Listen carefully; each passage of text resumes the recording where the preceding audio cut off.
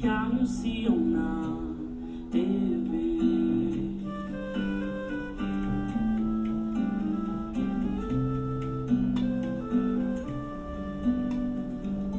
Eu nunca vi o rosto.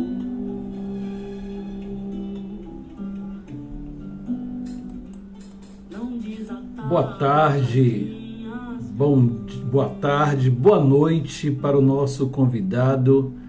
Nós vamos ter alegria hoje na conversa rendida de ter a presença de André Valécio, que está na França, e nesse horário na França é noite, mas para nós no Brasil, na Bahia, é dia, é tarde.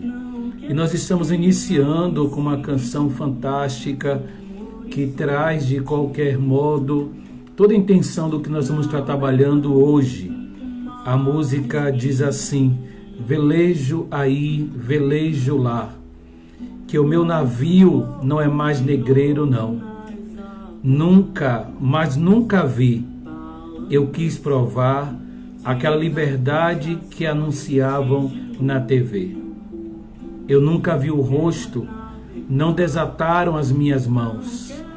Sangrei um mar vermelho, a minha dor não é de papel. Não que eu tenha que seguir um horizonte. Navegamos muito mais que um. Lanço o corpo de novo nas águas. Balanço, desatei as correntes de novo. Meu corpo só quer navegar. Não que eu tenha que seguir um horizonte. Navegamos muito mais que um. Lanço o corpo de novo nas águas, balanço, desatei as correntes de novo, meu povo só quer navegar. Nós queremos navegar hoje no conhecimento, queremos navegar hoje no entendimento dessa história do Brasil, dessa história que perpassa os nossos corpos.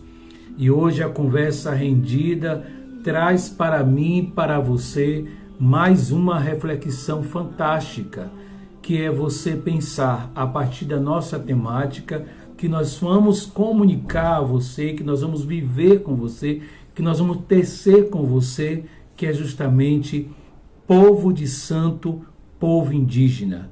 E eu tenho com alegria o convite e o convidado dessa tarde para mim, para você, mas uma noite fantástica para ele que está na França, que é André Valécio. Ele vai estar conosco já já. E essa música que eu acabei de colocar, que é uma música que tem como título Velejo, de Suede Nunes, que você pode baixar aí no seu computador, no seu celular e ouvir essa música. Ela reflete muito do que nós vamos discutir hoje à tarde. Do que nós vamos estar discutindo à tarde aqui no Brasil, à noite, como eu já disse, na França. E você é meu convidado, você é o nosso convidado. Convide agora seus amigos, dá tempo ainda. André está chegando, mas você pode convidar seus amigos mais próximos, mais distantes, para que a gente possa viver essa experiência de navegar no conhecimento. O Brasil, nós precisamos conhecer a nossa história. Precisamos entender por que a gente está vivendo esse atroz movimento perverso que não se cansa por meio do racismo.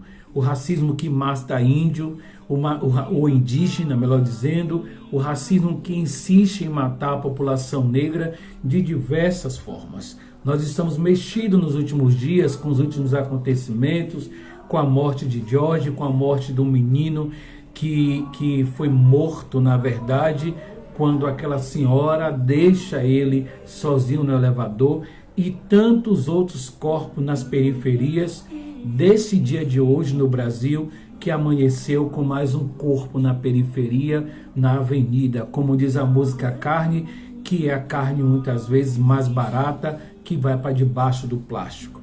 A população indígena é uma população que não tem voz muitas vezes. A população negra consegue fazer um movimento muito grande. A população também de matriz africana, o povo de santo, consegue já hoje, uma boa parte já consegue se expressar, ocupar um lugar na sociedade, provocar discussões. Mas nós estamos aqui através desse nosso colega, que ele vai se apresentar para você, porque na conversa rendida é assim, as pessoas chegam e se apresentam. E eu quero convidar, para a gente não perder mais tempo, o nosso amigo, irmão. Seja bem-vindo, André. Salvador, o Brasil e Salvador te acolhe, Salvador e o Brasil te recebe, né, nessa experiência fantástica que é essa troca de saberes que a conversa rendida provoque para nós. Eu quero saudar a todos. Olá, André. Olá, benção, meu irmão. Meu Pai abençoe sua bênção, meu amado. Parabéns. Como é que está você? Tudo bem, melhor agora, né? Com sua É? convite. Salê, como é que se fala boa tarde em francês para nós no Brasil? Eu sei bonjour, mas que Ai, em que francês, bom dia, boa tarde, fala a mesma palavra, que é o bonjour. Ai, que bom. À Mas pra noite, gente como é que é se o fala? bonsoiré. Bonsoiré. Como a gente está na parte já da primavera, próximo do verão, a gente está com luz ainda. São 8 da noite, mas está tudo claro. 8 da noite. 8 da noite, mas está tudo claro. Como você vê, a luminosidade está entrando aqui. Sim, sim. Fantástico. Então, seja bem-vindo. Essa tarde é minha, essa tarde é sua, essa tarde é nossa. E eu quero, através de você e com você, pedir licença à ancestralidade, né? Pedir licença a todo o povo do qual nós vamos tratar hoje, que é o povo de Santo, um povo indígena. Que aí eu queria, antes de tudo, porque nesse programa Conversa Rendida, André, as pessoas quando chegam, elas se apresentam. Eu geralmente apresento a pessoa no card, mas aqui na Conversa Rendida é a pessoa que se apresenta. Então, quem é André para esse povo que nos acompanha agora na Conversa Rendida pelo Instagram? Essa é uma pergunta complexa, né? Como um bom psicólogo, psicanalista de base, que fui criado, educado nesse sentido acadêmico, se perguntar quem é André é uma pergunta extremamente filosófica, complexa, e talvez leva muito tempo de terapia para descobrir quem é André. Mas quando a gente pensa numa formação, de um ponto de vista pessoal, primeiramente, André, eu sou psicólogo, né, de formação, e foi por isso, inclusive, que a gente começou nossa relação de amizade, de afetividade, intimidade, a partir da psicologia, né, por interesses próprios. Fiz uma pós-graduação em psicanálise, tive um percurso de uma graduação em filosofia, me especializei no mestrado em ecologia humana, que muitas vezes as pessoas perguntam o que é ecologia humana, né? Que é um nome, uma formação extremamente exótica do ponto de vista, como pode dizer, do não habitual. Então, ecologia humana justamente é o que a gente vai dizer hoje, vai conversar um pouco sobre hoje, basicamente, o que é a temática sobre ecologia humana. Eu fiz o processo de doutoramento na USP, na Universidade de São Paulo, em psicologia, e agora estou em processo de finalizar um mestrado na Escola de Altos Estudos Sociais aqui, em antropologia, que é sobre a temática também dos indígenas, mas também dialogando com o povo de Santo. E, obviamente, sou filho de Santo, de Oxalá, Ave Maria. do terreiro, do Moroci. Um beijo a todos meus irmãos de Santo, meu pai de Santo, que deve com certeza estar assistindo a gente. Que bom. E aí é um pouco sobre isso. Ok. Eu quero aproveitar e também saudar e salvar seus irmãos de santo, a sua comunidade religiosa aqui no Brasil, em Salvador, né, especialmente na Bahia. Eu quero saudar também todo o povo indígena e todo o povo de santo, que é o que mexe, o que move, estimula você nas suas pesquisas. Pelo que eu tenho percebido, a sua trajetória está atravessada por essa busca, por esse saber, para se tornar uma voz dessa ancestralidade, uma voz desse povo. Então, André, por que nós estamos hoje nessa live falando povo de santo, povo indígena? Por que esse nome foi colocado para essa tarde, nessa conversa rendida? Maravilha. Inclusive, meu pai pequeno acabou de dizer, estamos aqui. Ah, que bom. Querendo Saudações a eles e bênção a todos eles, eu um beijo peço. para você, meu pai pequeno, Renanzinho. Então, vamos falar um pouco sobre a questão. Primeiro passo, eu acho, que a gente pensa em falar sobre povo de santo e povo indígena. E de imediato a gente começa a pensar sobre o processo de nossa ancestralidade. Não importa de que lugar a gente tenha vindo do Brasil, a gente sempre vai remeter essas duas perspectivas, né? Primeiramente, a gente vai pedir licença aos povos indígenas, porque antes do processo de invasão portuguesa em território brasileiro, os povos indígenas estavam ocupando, né, o território. E como o ato falha, falar esse território não é esse, mas esse. Mas você pertence ao Brasil, né? Seu coração é brasileiro. Exatamente. Então, ocupando o território brasileiro. Então, a partir desse momento, quando a gente pensa nesse processo, e a gente pensa sobre o povo quando a gente pensa sobre o que é a brasilidade, né? Que muitas vezes entra no imaginário, por exemplo, do mundo inteiro. Então, no imaginário das pessoas estão sempre o que é ser brasileiro, o que é essa dimensão ontológica. Quando a gente fala de ontologia, por exemplo, a gente sempre pensa nesse bicho-papão, que é um termo da filosofia, que muitas vezes é extremamente obscuro, mas a ontologia é nada mais do que o ser. Então, quando a gente pensa nessa brasilidade, a gente pensa no quem eu sou, quem somos. E aí, nessa reflexão do quem somos, existe essa transitalidade, essa travessia que está os povos indígenas, primeiramente, e em seguida os povos de santo, que nada é do que a comunidade negra que vem com o processo inicial da escravidão, né? Com os barcos, com todo o processo que aconteceu, das diferentes etnias que chegam no Brasil, nos portos de Salvador, como a gente vem falando inicialmente da nossa cidade, para quem está assistindo de outros lugares, depois vai chegando nos portos de Recife, Rio de Janeiro, e vão acontecendo um processo de migração interna do povo negro adentrando, e em seguida a formação dessa religiosidade, né? Que a gente pensa inicialmente que existe sempre um paradoxo de pensar, quando a gente pensa povo de santo, a gente pensa num paradoxo do que é desse marco que aconteceu historicamente, inicialmente pela estrutura acadêmica que faz esse recorte nos últimos navios negreiros que aconteceram no final do século XIX, com o movimento de Anaçô e todo o que se fundou a Casa Branca, e que se tem essa referência do primeiro terreiro, mas se sabe que Angola já se estava presente no Brasil, praticando os cultos muito antes dessa institucionalização do candomblé no Brasil, né? Especialmente o candomblé da Bahia. Que a gente conhece, né? Sim. E qual a importância da gente estar falando sobre essa temática? Por que a gente vai reforçar esse povo de santo? Porque, assim, diz que a cidade, né? Jerônimo canta aqui para nós, e deve ter chegado até vocês, na França, que nessa cidade todo mundo é do Oxum. Só que a gente sabe que existem pessoas que optaram, ou que por um processo de colonização, as pessoas elas tendem a terem mais uma facilidade de se assumir cristã, católica e hoje fortemente evangélica, do que um povo de santo.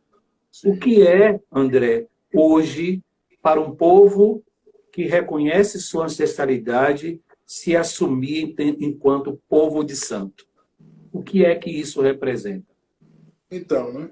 Quando a gente pensa nesse processo, inclusive, quando a gente pensa em assumir, é justamente a gente traz de volta essa coisa do ser, né? Do processo de identidade, quem eu sou, quem somos, e se posicionar diante de uma sociedade ocidental, onde as normas, as regras, o processo, inclusive, de estruturação é cristã. Então, refletir sobre isso nesse aspecto, por exemplo, como povo de santo, é extremamente complexo. Especialmente quando você está inserido dentro do contexto de uma sociedade cristã. Quando a gente pensa num processo de colonização, quando a gente pensa no Brasil, por exemplo, e a gente vai pensar de como o Brasil se estruturou. A gente vai pensar num processo historiográfico, a gente vai pensar num processo de organização. E aí, antes de falar sobre isso, é importante situar como as comunidades, o povo de santo e o povo indígena, ambos, estão ocupando um lugar completamente diferente da sociedade ocidental. E essa diferença, ela é descrita a partir de um termo chamado povos tradicionais, que é um conceito extremamente complexo.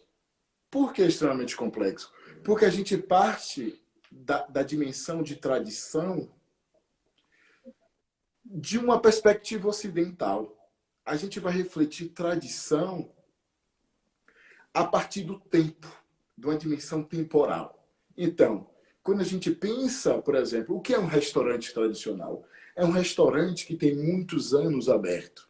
Quando a gente pensa numa igreja, por exemplo, católica, tradicional, é uma igreja que tem muitos anos abertas, de tempo aberta funcionando. Então, a gente, por exemplo, aqui na França, tem igreja do período da Idade Média, 800 anos construída lá. A imagem, por exemplo, Notre Dame, é uma igreja que tem muito tempo aberta.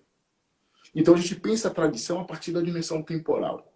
Quando a gente pensa sobre povo de santo e povo indígena, a tradição, ela perpassa a temporalidade e adentra em uma outra dimensão, que a gente chama de cosmovisão.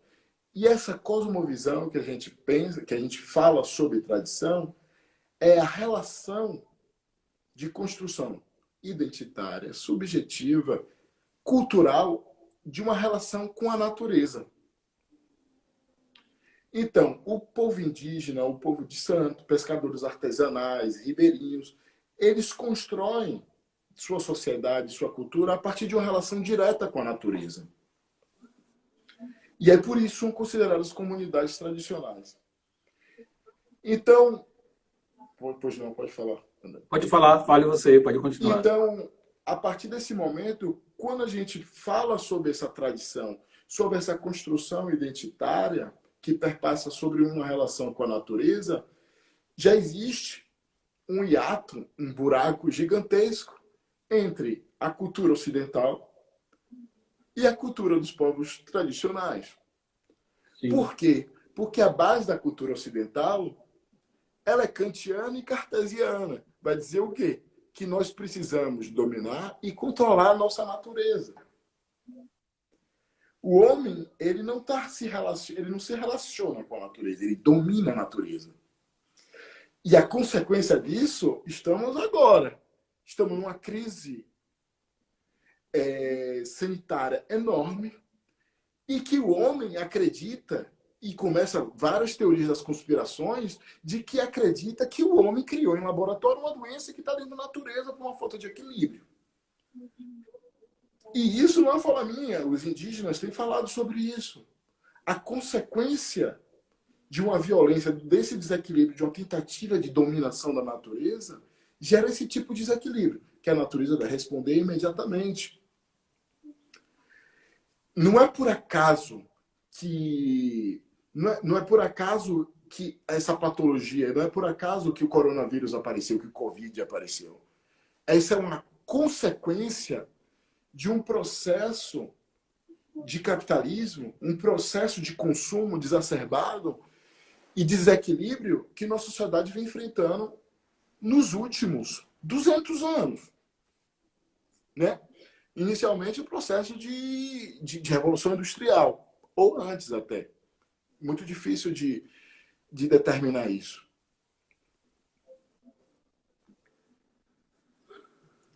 Ok. André, enquanto você vai falando, me veio na cabeça umas expressões que eu acredito que você tenha escutado, e especialmente o povo de santo que está acompanhando a nossa live também vai saber e vai lembrar quem é que tem dito, quem é quem diz quando chega.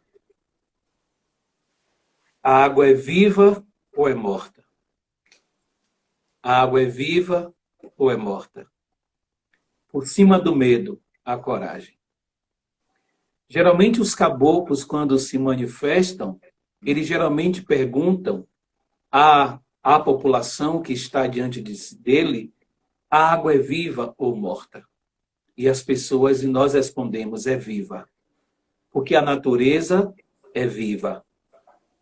E quando você fala dessa relação com o povo tradicional, e aí a gente tem essa nomenclatura para especificar esse povo de santo, esse povo indígena, e você traz todo esse processo de industrialização, me parece que há uma contradição, que há um choque também ideológico. Porque, como você colocou, o homem ele acredita que pode dominar a natureza. O povo tradicional tendem a se relacionar. Não há interesse de domínio, mas de relação, de manter uma relação. Por isso o cuidado, por isso o respeito. Sem folha não há nada.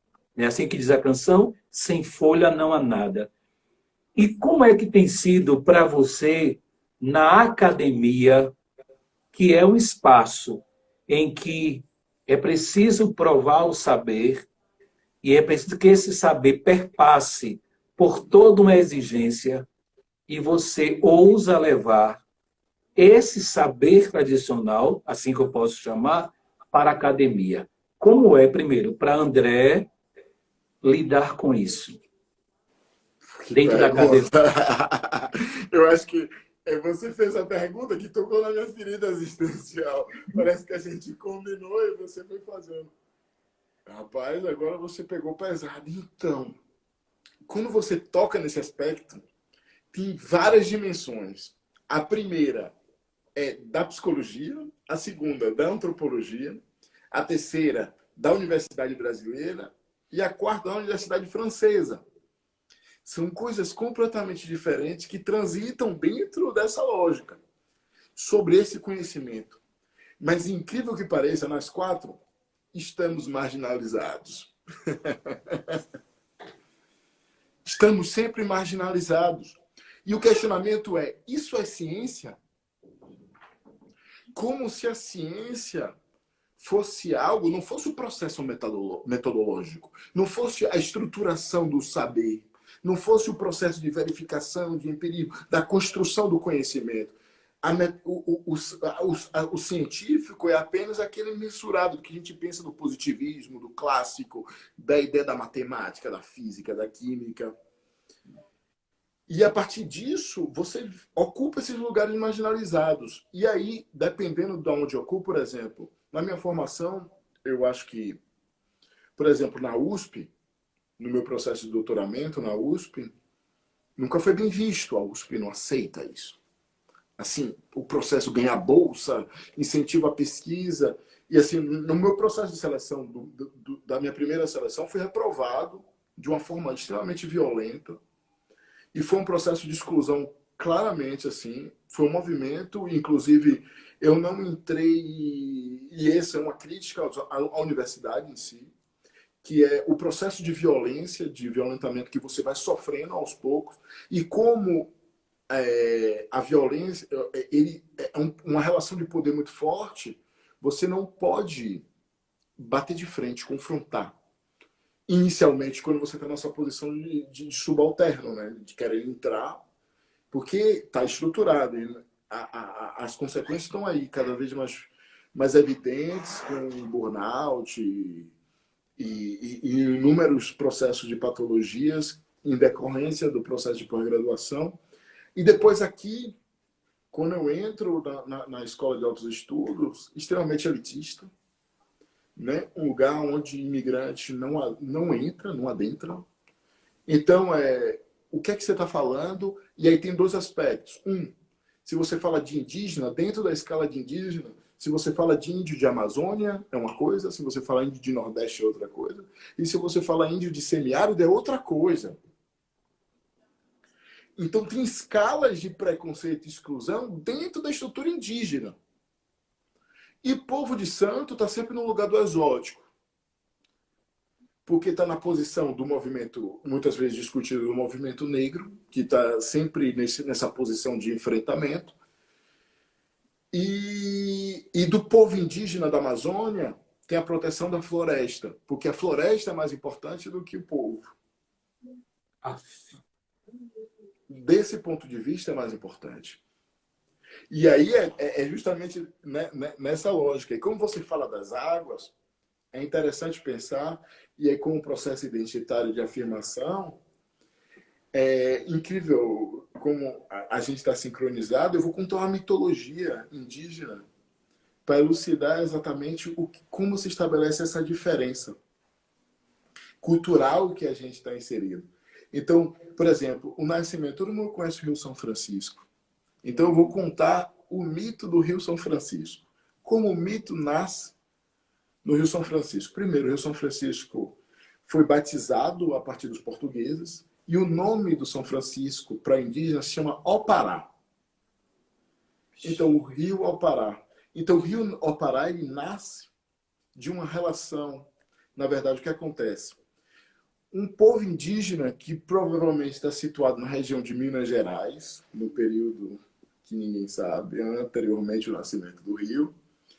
Então, essa comunidade, os homens partiram para a guerra e existiam, nessa que eles foram embora, existia uma indígena que estava completamente apaixonada, que se chama Iati, e que ficou muito triste com essa partida do seu amado para a guerra, enfrentando a guerra com outros povos, supostamente, e ficou muito triste. E a partir dessa tristeza, ela iniciou um pranto, as lágrimas, iniciou a chorar consequentemente.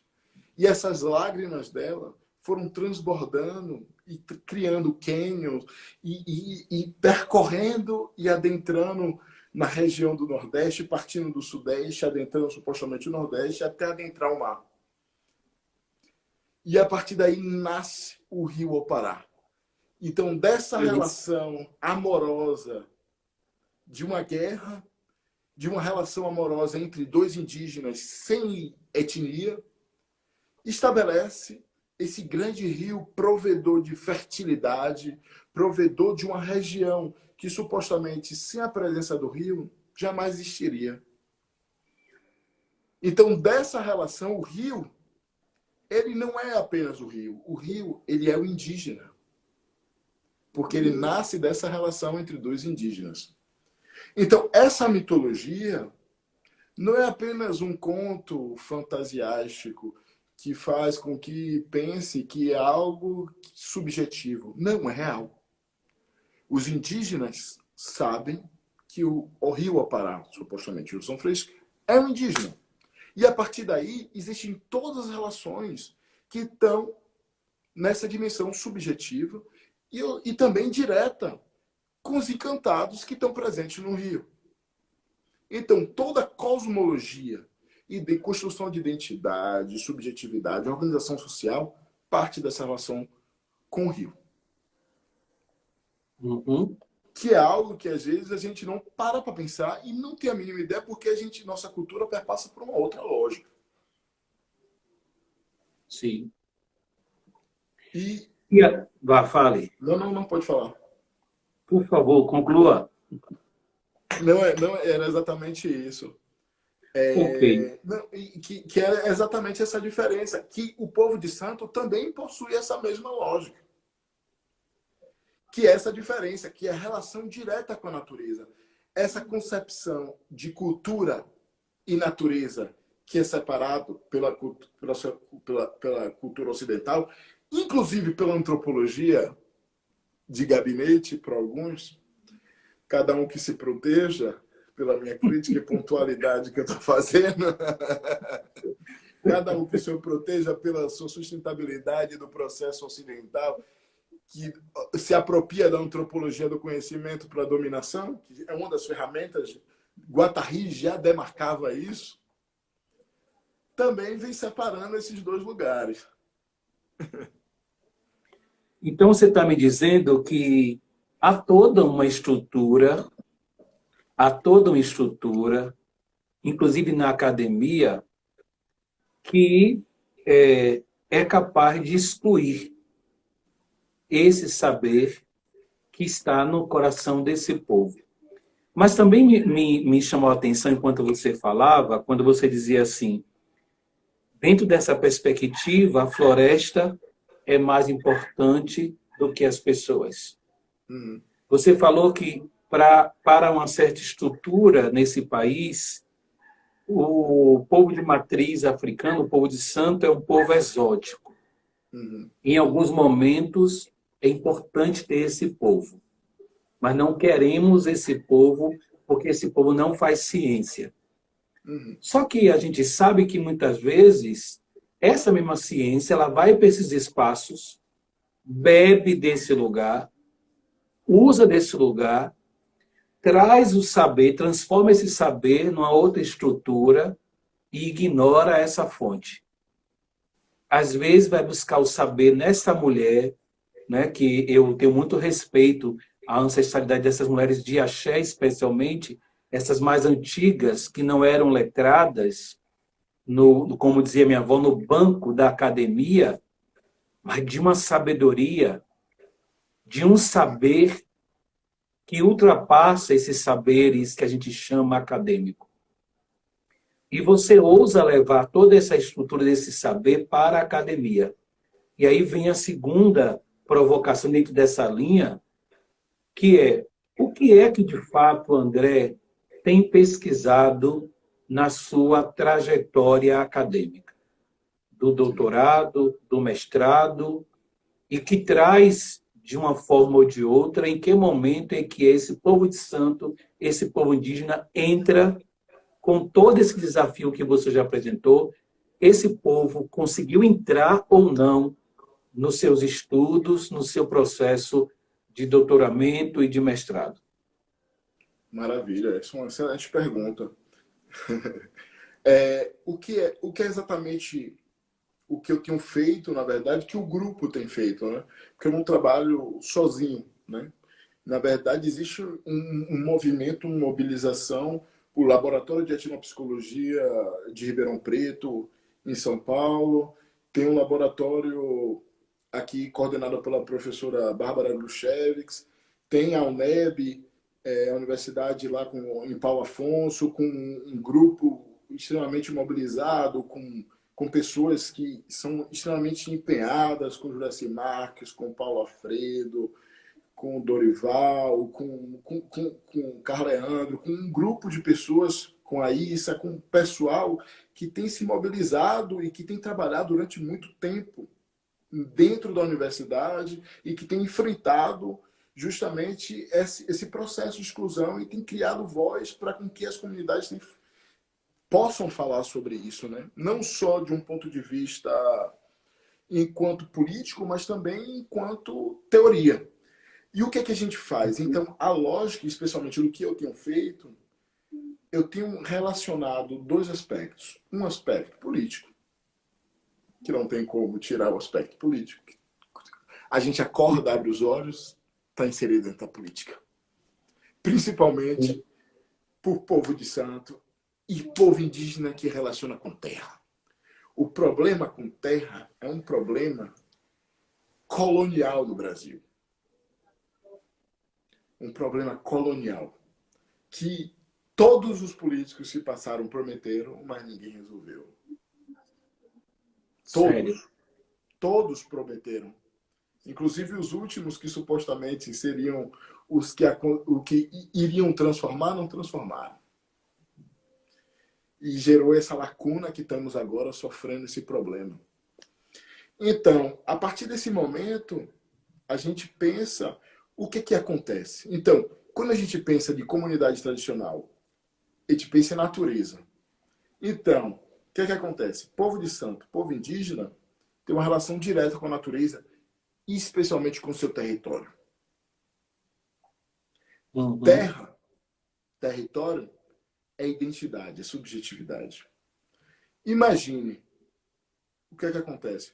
O que os últimos tempos do governo e todas as formas de opressão têm acontecido com os povos indígenas, com o povo de santo?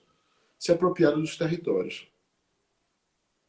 Porque a partir do momento que eu me aproprio dos territórios, eu extermino a identidade, eu extermino a subjetividade.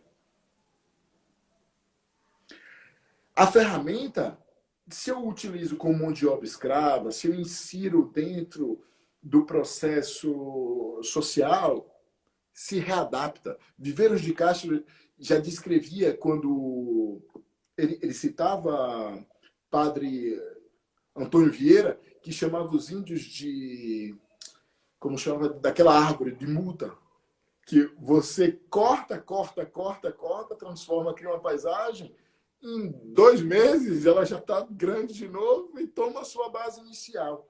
Só que no fim do século XIX, início do século XX, com o processo da Primeira República, o Estado, não só para os indígenas, como o povo de santo, que tem a mesma estrutura que a Organização de Comunidades Tradicionais nesse aspecto, descobriram que a perseguição é simples, só fechar a terra. Entrar nos terreiros, quebrarem os assentamentos, quebrarem as estruturas, fecha a porta. E nos povos indígenas, se apropria da terra, insere dentro da cidade. Por quê? Porque a terra, quando a gente pensa em orixá, quando a gente pensa em encantado, a gente de imediato pensa na terra. O que é a bênção, quando, por exemplo, no candomblé? É você abaixar a cabeça e botar a cabeça no chão. Por que se colocar a cabeça no chão? Porque o sagrado está no chão. Assim para os indígenas. O sagrado, e é essa posição. O sagrado para a cultura ocidental está no céu. O sagrado para a cultura tradicional está no chão. Esse é o inverso. Literalmente, ambos vivem em inversos. E isso é um paradigma. E para a cultura ocidental, os povos tradicionais é uma grande ameaça. Por quê? Porque eles vivem de sustentabilidade, comunidade e vivem em equilíbrio a partir de uma relação com a terra. A partir do momento que essa ameaça está presente constantemente, o sistema capitalista tem sempre o inimigo ali no cangote dizendo, ó, vocês podem mudar, que o sistema de desigualdade não é o único meio. Existem essas comunidades, principalmente os indígenas, que, por exemplo, vivem em áreas comuns. É um território com 100 casas únicas, onde plantam, colhem e criam animais no mesmo território. Então, a nossa pesquisa é justamente mostrar a importância de preservação dos territórios como processo de saúde, não só mental, mas física. Por exemplo, é um dado, os indígenas, eles têm um índice de suicídio 9 vezes maior do que a média nacional. Por quê? Perda de território. São dados alarmantes. Quando a gente pensa, no momento que você tira uma terra de um indígena, no momento que você tira a terra você tira o terreiro de um povo de santo, você acabou de exterminar a sociedade. Você acabou de exterminar a cultura desse povo. É mexer com a identidade, né? Exatamente. E as diversas identidades, porque não é uma única. É. As diversas identidades. Você toca diretamente na subjetividade, porque território é subjetividade. A gente vai dizer que, por exemplo, o Guattari, a gente utiliza uma teoria que chama esquizoanálise, que vai dizer que o território ele faz parte de um processo de construção direta com nossa subjetividade, de quem somos. E aí, por isso que na cultura ocidental também, no momento que você pensa território, fala assim, você é da onde? Alguém sempre te pergunta de onde você vem. Você fala, eu venho de Salvador. Eu venho de Paris, eu venho da Austrália. O território marca a sua identidade. Sim. É uma inscrição. Está lá escrito. Inclusive, o Estado determina de onde você vem. É uma inscrição, inclusive na nossa cultura. E o Estado ele reflete sobre isso, mas o Estado com é grandão, não o Estado pequeno, o grande Estado, essa figura onipresente, onipotente, que justamente controla esse Estado que faz uso do capitalismo, o capitalismo faz uso dele, perdão, e que literalmente controla a nossa vida. Então, a nossa pesquisa justamente faz uma reflexão e uma intervenção. Alguém perguntou qual autor que fala sobre identidade. Você pode falar sobre Guattari, você pode falar sobre Paul Lira da antropologia, e você pode falar sobre Devereux, que tem poucas traduções, mas você pode procurar também trabalho sobre meu trabalho, minha tese de doutorado falam também sobre território e identidade. Eu falo bastante sobre isso. Tem um livro chamado Psicologia e Povos Indígenas, do Conselho Regional de Psicologia de São Paulo, que eu tenho um artigo falando sobre isso. Ok. André, enquanto você vai falando, né, eu estou chamando de André, podia estar chamando doutor André. Não, nada de doutor. Mas, enquanto você falava dessa riqueza, dessa dicotomia que se dá nesse processo de capitalismo e ao mesmo tempo, dessa valorização desse sujeito enquanto povo tradicional que tem um saber. Eu volto a reforçar, existe um saber, um conhecimento não valorado por essa ciência, assim a gente chama. Enquanto você falava sobre, eu até comentava em casa hoje, que para o povo banto, e aí vai para o povo de santo, o chão é sagrado, né? Por isso dá comida à terra, por isso alimenta a terra para o povo tradicional. Por isso, o atabaque, eu dizia em casa, o atabaque, o som dele não emite para cima, emite para baixo. Exatamente. Porque vai evocar as energias que vêm aqui de baixo. Então, eu bato a cabeça no chão, eu coloco a cabeça no chão. O meu ori é onde parte todo o controle. Eu submeto essa cabeça, esse ori, também no chão, nesse lugar que emana energia. E aí você trazia essa leitura de que para o Ocidente tudo é o céu, né? É esse lugar lá de cima, que não é concreto. Interessante é isso. Talvez o que cause essa loucura é que há uma contradição, porque há uma sacralidade no que é concreto, que é esse chão, que me faz olhar para além desse chão. E eu olho para cima, pego um avião, pego um foguete, e eu não sei onde é esse céu. Eu não sei o que céu é esse, porque pelo que está visto, eu vou sair desse planeta. Então, me parece que é uma leitura antagônica, mas ao mesmo tempo muito fantástica. E quando você fala de território, né, que você trouxe muito isso, eu me lembro que eu participei de uma palestra uma vez com uma jovem indígena, ela dizia, em relação às invasões à terra, ela dizia que o que mais machucava ela era quando os homens brancos, ela dizia assim, eles chegavam para destruir a terra. Porque terra era eles. Há essa relação, né, intrínseca de eu sou a partir de, ou eu sou com. Né? E aí, quando você traz o seu texto, quando você traz suas pesquisas, eu queria que você pudesse acrescentar mais um pouco, a gente já está próximo de terminar, o tempo passa muito rápido, tempo é tempo, né? Tempo é tempo, ele há tempo, né? E ele há de deixar que o que você falou reverbere ainda muito mais. Mas o que é que André ainda tem buscado fazer no seu lugar, no lugar que você ocupa? Qual é a contribuição que você não abre mão de trazer nessa sociedade excludente? Qual é a contribuição que você não abre mão de trazer para o povo indígena, para o povo de santo? Eu acho que é exatamente você trazendo esse link. Eu me lembro, eu vou dar um exemplo de uma experiência, foi o meu primeiro contato. Em ambos os lados. Meu primeiro contato com o povo indígena foi um chamado um povo lá no Nordeste, do Raso da Catarina, chamado Pancararé. Eu participei de um ritual chamado Ritual do Praiá. E lá é muito parecido, as roupas, a indumentária é muito parecida com o Molu. É coberto, mas é muito fechado, que o Molu ainda é um pouco aberto. E os praiás são bem fechados.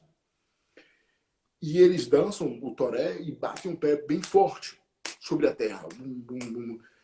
E fazem o ritual da Jurema e tal, que é uma planta. E uma das coisas que eu fiquei impressionado foi o meu primeiro contato. Eu senti o chão vibrar.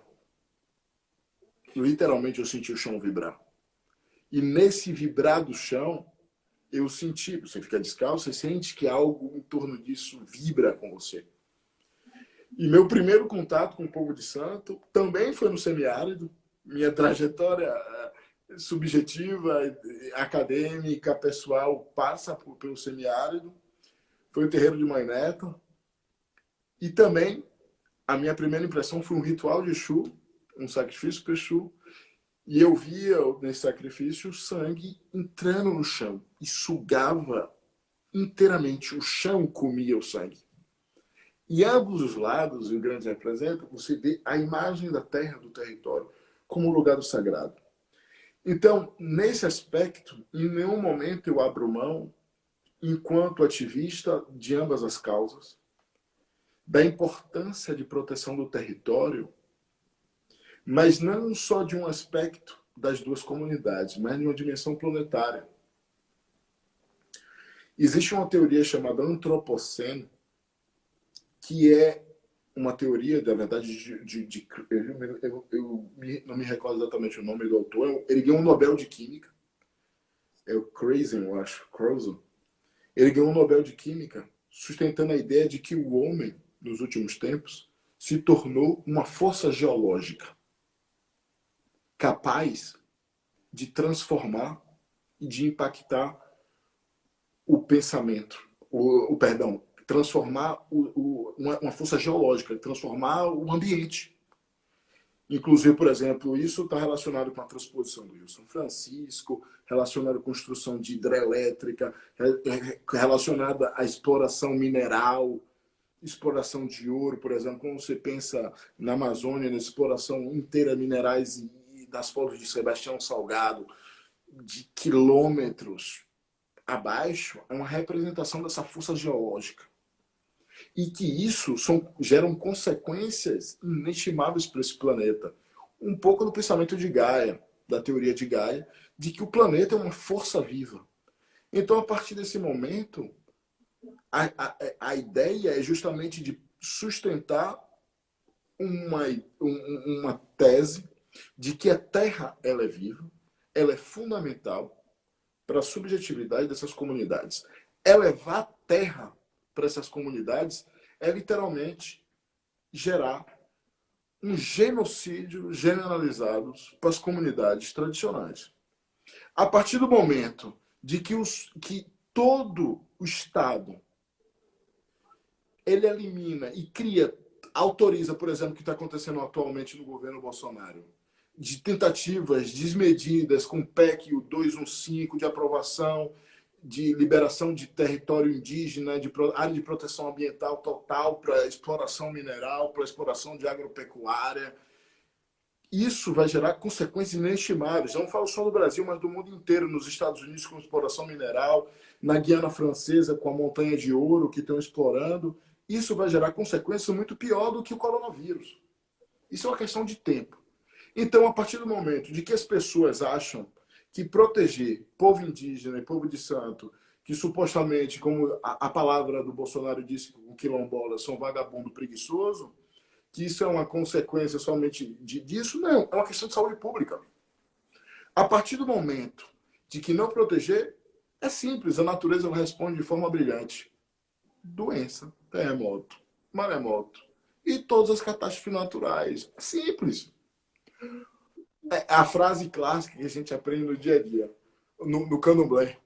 Ou você vai pelo amor, ou vai pela dor. No candomblé você escuta isso todos os dias. Ou você aprende pelo amor ou aprende pela dor?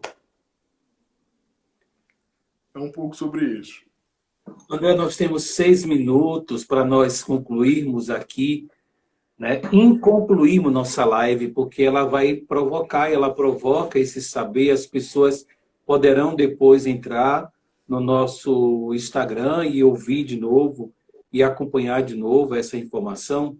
Mas eu queria que a gente pudesse, nesses 5 minutos, deixar para você falar sobre como é que este homem, que está dentro de uma academia com 2 mestrados praticamente, o doutorado, toda a formação na área da psicologia, que a gente poderia esperar toda a razão, toda a racionalidade possível, ele diz, eu sou um homem de santo. Mas é justamente isso. A razão, quando a gente pensa na construção do pensamento, a gente vai por uma ideia. Inclusive, Descartes, no final do seu pensamento, ele refuta o penso logisto. Eu não me recordo exatamente a obra, é As Paixões. Eu não me recordo exatamente, As Paixões de não sei quem, vocês podem procurar depois. Descartes, ele refuta tudo que ele disse. Mas como o pensamento ocidental não permite nenhuma mudança, todo mundo só pensa no discurso do método de Descartes. Então, a ciência, ela não está relacionada simplesmente à lógica aristotélica clássica das 3 estruturas. Então, quando a gente pensa na ciência, é justamente a ciência a partir de uma dimensão subjetiva, etnográfica, existencial, humana e, acima de tudo, da diferença. A ciência, ela perpassa exatamente por não é possível fazer uma separação total, mas um distanciamento e uma percepção do que é do diferente. É isso aí, você vai falar As Paixões da Alma, o livro do Descartes. E é exatamente isso, a distância que se cria e de que se reflete sobre. E aí existe uma crítica, por exemplo, de que eu vou fazer, de uma defesa, por exemplo, que muitas vezes as pessoas fazem ciência tendenciosamente. Se pega trabalhos, não importa, inclusive de movimentos a favor, em defesa do movimento indígena, do movimento negro, que fazem pesquisas que você lê o tema e já sabe o resultado. Isso é um grande equívoco. A ciência, ela parte de uma reflexão e que ela deve ser sustentada a partir de uma crítica, a partir de um método e de uma reflexão sobre do que é essa pesquisa. Então, a partir disso, e exatamente, os indígenas, eles possuem sua própria ciência. E essa ciência indígena e a ciência do povo negro, do povo de santo, ela não necessita da validação da ciência ocidental. E isso incomoda. Demais. A partir do momento de que nós, principalmente no Brasil, percebemos que a gente não precisa do reconhecimento da Europa com um processo científico, a gente desenvolve. A crítica que muitas vezes as pessoas fazem dos Estados Unidos, e é essa, porque eu morei nos Estados Unidos um tempo, os Estados Unidos faz exatamente isso. Está centrado neles. Às vezes até demais, uma relação narcísica que ultrapassa os limites. Mas os Estados Unidos está pouco se importando com a Europa. Os Estados Unidos, ele falou, nós somos aqui, nós somos os melhores, vamos fazer os melhores. Seja branco, seja negro, com todas as questões raciais que estejam presentes. Mas a universidade, para vocês imaginarem, depois Trump começou uma discussão sobre o processo de impedir os imigrantes de participarem das universidades americanas. Márcio Kaku, que ganhou o Prêmio Nobel de Física, chegou um dado na discussão sobre isso e falou 68% das publicações das universidades americanas são de estrangeiros. Então, quando se fala de Estados Unidos, às vezes tem que tomar muito cuidado de falar sobre a questão de colonização, sobre imigração, sobre o processo de abertura, de fechamento, porque eles é um dos que mais aceitam esse processo. Ok. André, eu quero te agradecer. A gente já está concluindo, a gente vai deixar no desejo e eu quero te convidar para em julho a gente voltar a marcar uma nova live e contar com esse povo de santo aqui. Eu quero agradecer mais uma vez a você e dentro da tradição Modupé, Olorum Modupé, a você. Olorum Modupé, com certeza a babá que te liberou a estar também nesse espaço.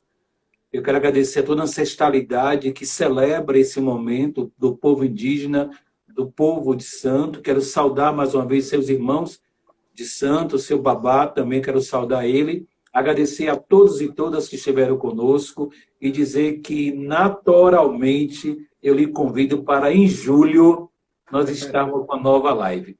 Tá certo? Gratidão, eu digo para aqui, que é uma linguagem muito comum, e Modupé mais uma vez por tudo. Tá certo? Um abraço para sua esposa também que eu mandei. Eu mando, tá bom? Sim. Muito obrigado. Um forte abraço. Foi um prazer. E beijo também. Beijão.